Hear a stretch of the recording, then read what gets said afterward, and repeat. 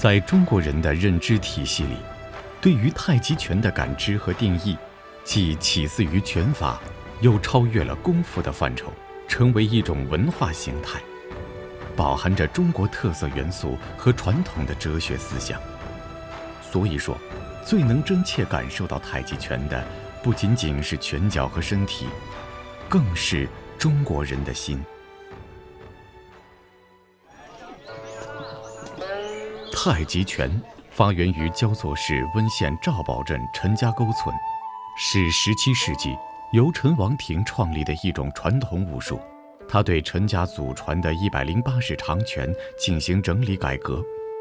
巧妙结合太极阴阳之理，参考中医经络学的引导吐纳之术，创造了一套具有阴阳开合、刚柔相济的新拳法，取名太极拳。太极拳主要包括太极拳理论、太极拳套路、太极拳器械套路、太极拳推手法、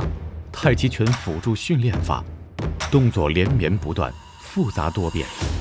追求阴阳循环、天人合一、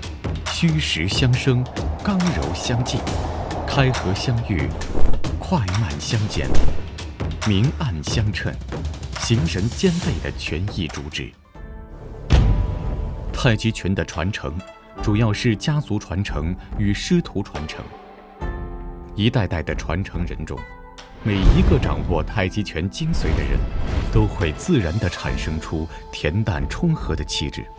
这是由中国式的文化和美学所形成的独特的太极韵味自外向内长期锤炼的结果。对当今绝大多数的太极拳习练者来说，目的并不是为了武打攻防，而是强健身体，是当作超级健身操来学的。太极拳自始至终让全身的每一块肌肉、每一个关节都不断地进行着各种螺旋式运动，使筋骨皮肉以及内脏系统得到全面的锻炼。没有激烈运动，但始终不懈劲，看似缓慢柔和，却是一种高效率的运动，从而达到增强生命活力的目的。中国的才是世界的，唯有最深邃的文化烙印，才能不因冲击融合而消失，反而越清晰越强大。这就是太极拳。明天依旧带着古韵与新意